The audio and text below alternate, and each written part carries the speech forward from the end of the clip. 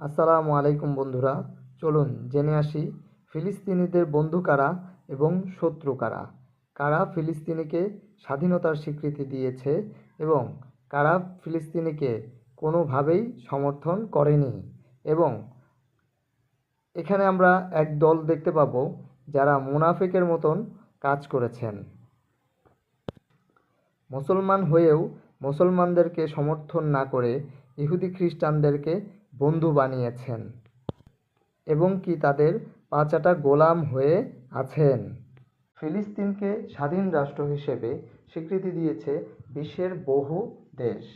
2025 সালের তথ্য অনুযায়ী প্রায় 140টিরও বেশি দেশ ফিলিস্তিনকে একটি স্বাধীন রাষ্ট্র হিসেবে স্বীকৃতি দিয়েছে।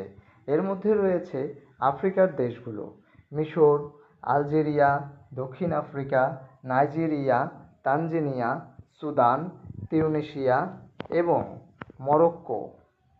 এশিয়ার দেশগুলো: বাংলাদেশ, ভারত 1988 সালে ফিলিস্তিনকে স্বীকৃতি দেয়।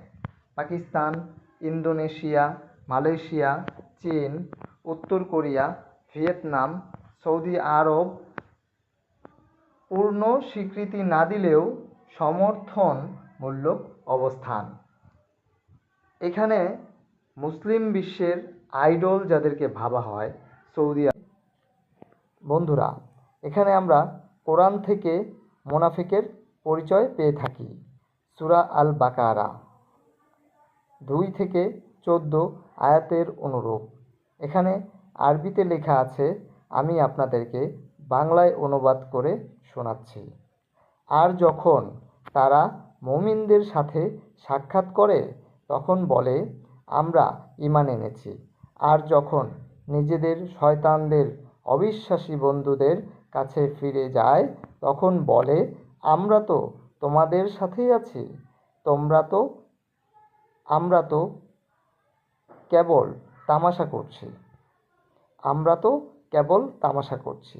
এখানে বোঝানো হয়েছে, মুমিনদের কথা বোঝানো হয়েছে যে তারা মুমিনদের সাথে তামাশা করছে।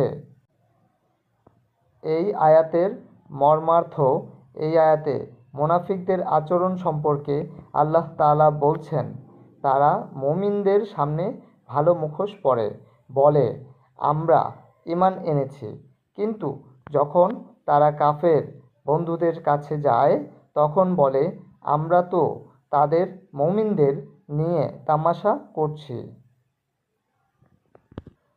এই আয়াতে আমাদের শেখায় মুনাফিক